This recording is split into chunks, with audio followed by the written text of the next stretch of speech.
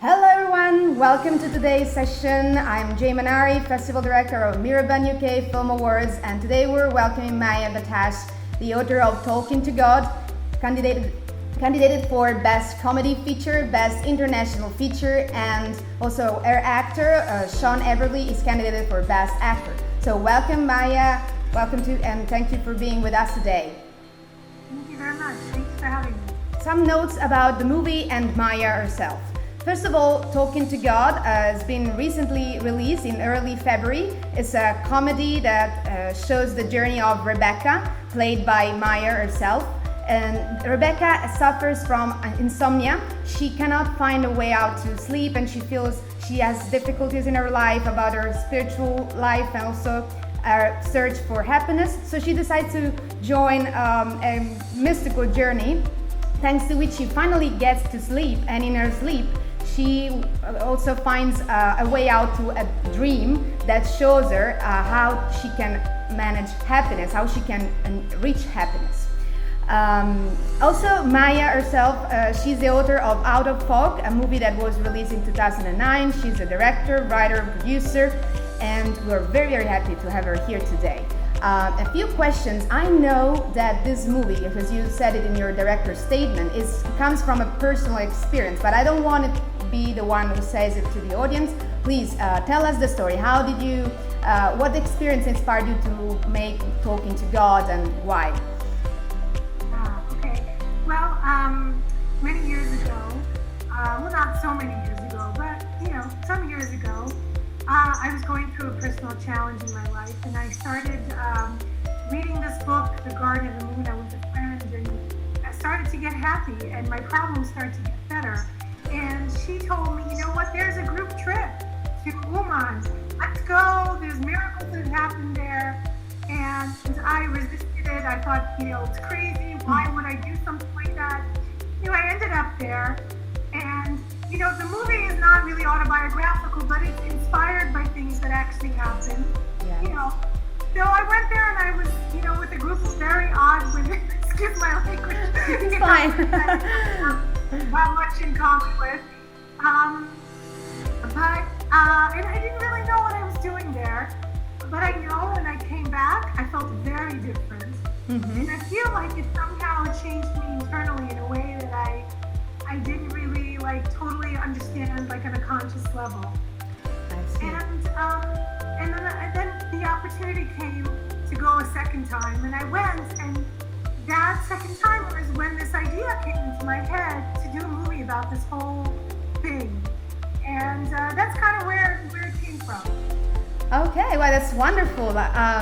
My curiosity is also, how did you bring this personal journey in a way to the actors? How did you communicate this spiritual and at the same time, I would say, regenerating process? Did you use this in the rehearsal process with your actors? How did you manage to transfer this theme and this concept to them?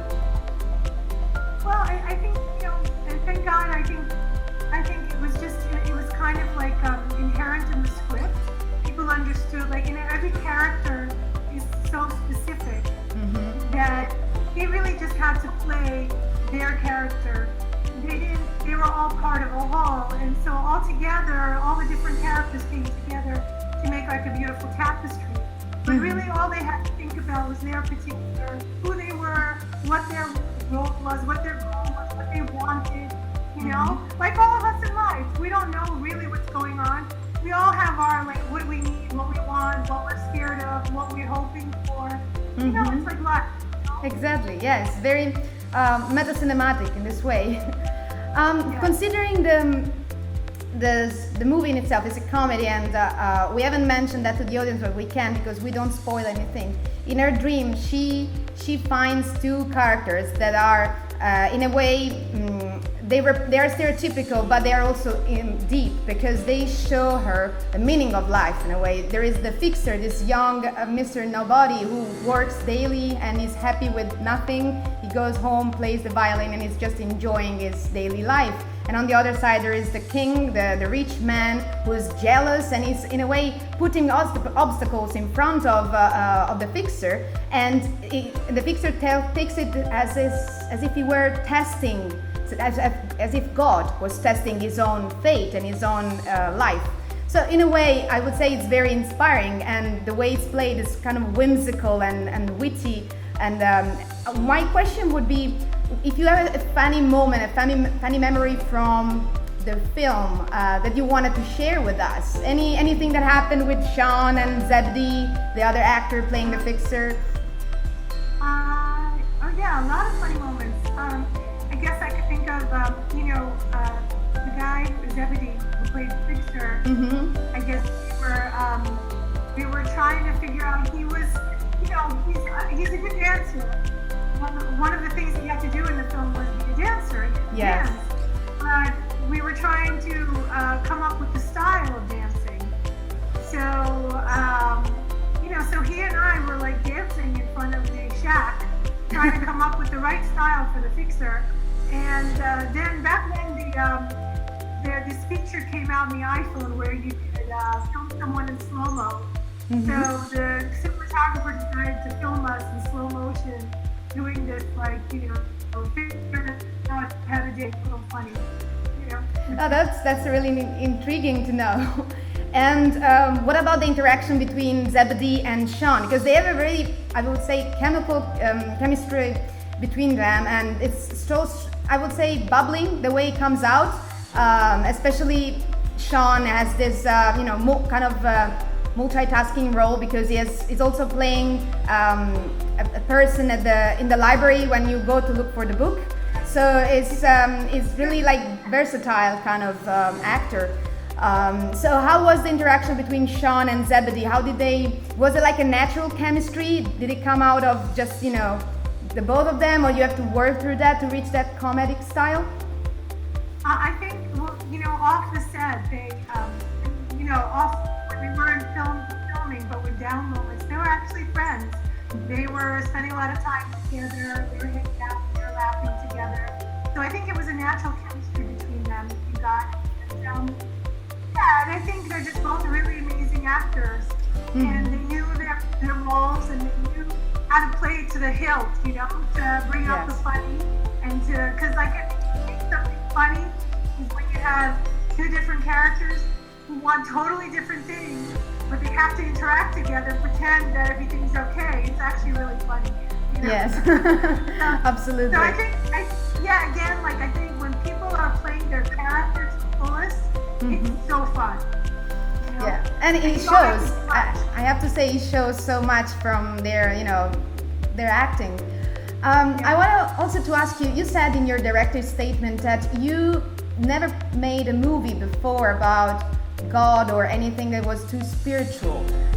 So you find it now it was necessary in your life, in your career, to find a connection with this? Sorry, you froze. I didn't hear the question. Oh, you disappeared. We lost our guest, but she's still here in the audio, I hope. Maya? I can yes. Hear, I can't. We can't see you anymore. Try to click on the icon on the bottom. This is it's the live stream, guys, so forgive us for a second. So if you click on the button down, there is like a little icon of the camera. You should be able to appear again. You still there, Maya? Yeah, I'm here, but I don't Oh, see here the you are. I see you again. I see you again. Can you see me? Can you hear me? Right. Okay, back we are. Both sound and video are good, it seems so.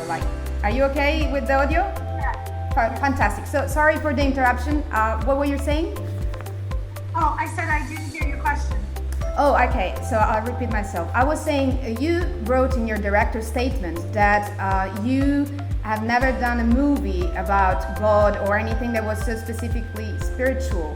So what was the urge in a way to bring you to this theme, and how did you feel in this new way to speak about life in a more spiritualistic kind of approach? Well, I think, as I mentioned, I think it was really because of that interest on the idea of being, and I know that it changed my life, so I felt like I wanted to share that.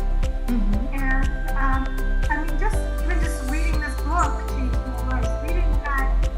Reading that, you know, like so many people, and everyone, all of us, in school, everyone's stressed, even more now with this corona. Everyone's worried. Yeah. I mean, just the message that it's really all from God, it's all for the best. That you can just like take a breath. Okay, you're being taken care of. You're not in control, but you're being taken care of. Right. You know, you don't have to worry about every little thing. You have someone carrying you. It's a huge thing. And like every day I would read in this book. And that's really what changed my life. And connection with this Rabbi Nachman and Uman also. There's something there, and it allowed me to be happier. And I felt like this is something I wanted to share. And I like to make comedy, so I thought, you know, there are a lot of funny things in the whole process. Well, let's make it funny. Right. You know, so that's kind of how it started. And I feel really like I was just a messenger and sharing the message that I was lucky to get, you know? Absolutely. And actually that's what I loved when you were in your statement said, this is really a movie about how we can be happy, and this is something that in a way you question yourself, as everyone questions themselves, how to reach happiness. And it seems like you made it, making this movie, making this journey. So we're really, you know, glad that you decided to share this story in this way, because now it has much more of a bigger audience. It's you know, everywhere. And we are, you know, very, very happy to screen your movie. We remind the audience we are streaming it on the 28th, 29th, and 30th of August on our website. And at the same time, it's going to be live for 1 week on our festival partner, Festival d'Emergence, so until the 7th of September. And we also invite you to vote for your favorite film for this edition, and at the same time look through the website, because you will be able to vote for the favorite of the entire edition, meaning between shorts and feature films. So please watch, enjoy, and I'm sure they will love Talking to God. It was a very fun experience for all the jurors, and at the same time it was a pleasure for me to meet you and welcome you here. Thank you very much for being with us, and thank you for making this film. Okay, well, bye for now. Talk soon. Thank you guys for being with us. Thank you, Maya. Bye.